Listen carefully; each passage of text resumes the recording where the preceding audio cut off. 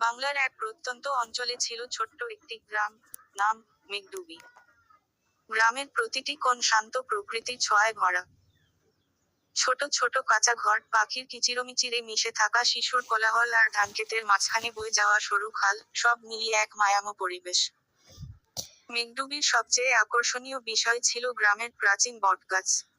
বটগাছটি গ্রামের একেবারে মাঝখানে দাঁড়িয়ে ছিল। গাছটির বয়স ছিল প্রায় 200 বছর।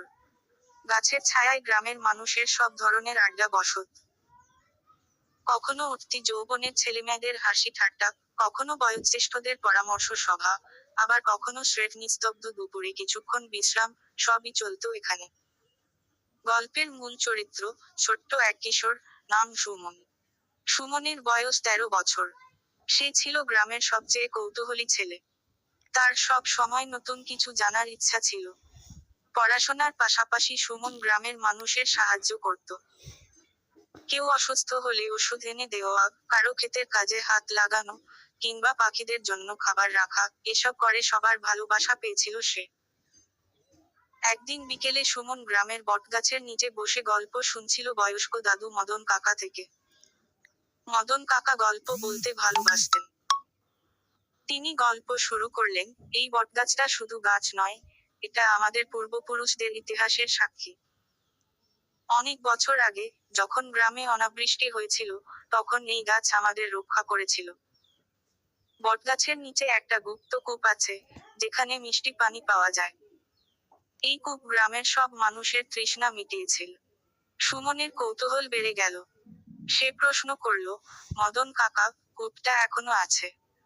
মদন কাকা একটু হাসলেন, তারপর বললেন, হয়তো আছে, হয়তো নেই। বহুদিন কেউ চেষ্টা করেনি সেটা খুঁজে বের করার। সেই রাতেই সুমনের মনে একটা পরিকল্পনা গড়ে উঠল।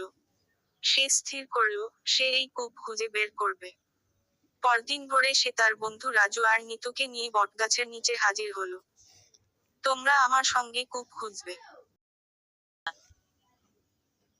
রাজু উৎসাহ নিয়ে বলল, অবশ্যই। এটা দারুণ মজা হবে। নিতু একটু ভয় পেয়ে বলল, কিন্তু যদি কিছু ভুল হয়ে যায়? সুমন তাকে সাহস দিল, আমরা একসঙ্গে আছি।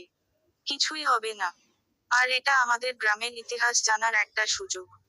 তারা তিনজন কাজ শুরু করলো। প্রথমে বটগাছের চারপাশে মাটি খনন করতে লাগলো। গ্রামের অন্য ছেলেমেয়েরা তাদের দেখে যোগ দিল। কাজ করতে করতে দিন গড়িয়ে গেল। অবশেষে সন্ধ্যার ঠিক আগে, তারা এক প্রাচীন পাথরের চিহ্ন পেল। এটা ছিল কূপের ঢাকনা। গ্রামের মানুষ এ খবর শুনে সেখানে ছুটে এল। মদন কাকাও এলেন। ঢাকনা সরানোর পর দেখা গেল, সত্যিই সেখানে একটি কূপ। দীর্ঘদিন ব্যবহার না হওয়ার কারণে কূপটি বন্ধ হয়ে গিয়েছিল। গ্রামের লোকজন সিদ্ধান্ত নিল, কূপটি আবার চালু করবে। সবার সম্মিলিত চেষ্টায় কূপটি পরিষ্কার করা হলো। 1 সপ্তাহের মধ্যে কূপ থেকে স্বচ্ছ, মিষ্টি পানি উঠতে শুরু করলো। গ্রামের মানুষ আনন্দে মেতে উঠল। সুমন আর তার বন্ধুরা এই কূপ আবিষ্কারের জন্য গ্রামের হিরো হয়ে উঠল। মদন কাকা সুমনকে দেখে বললেন, দেখেছো, সুমন? সাহস আর কৌতূহল কত কিছু করতে পারে। এই কূপ শুধু পানি নয়, এটা আমাদের ঐতিহ্যের এক প্রতীক। সুমনের মনে শান্তি এল। সে জানতো, সে শুধু একটা কূপ আবিষ্কার করেনি, সে গ্রামবাসীর জীবনেও পরিবর্তন এনেছে। মেঘডুবি গ্রামের মানুষ তাদের ঐতিহ্য আর সাহসের এই গল্প বহু বছর ধরে বলবে। এভাবেই মেঘডুবি গ্রামের কিশোর সুমন একদিন নিজের কৌতূহল আর সাহস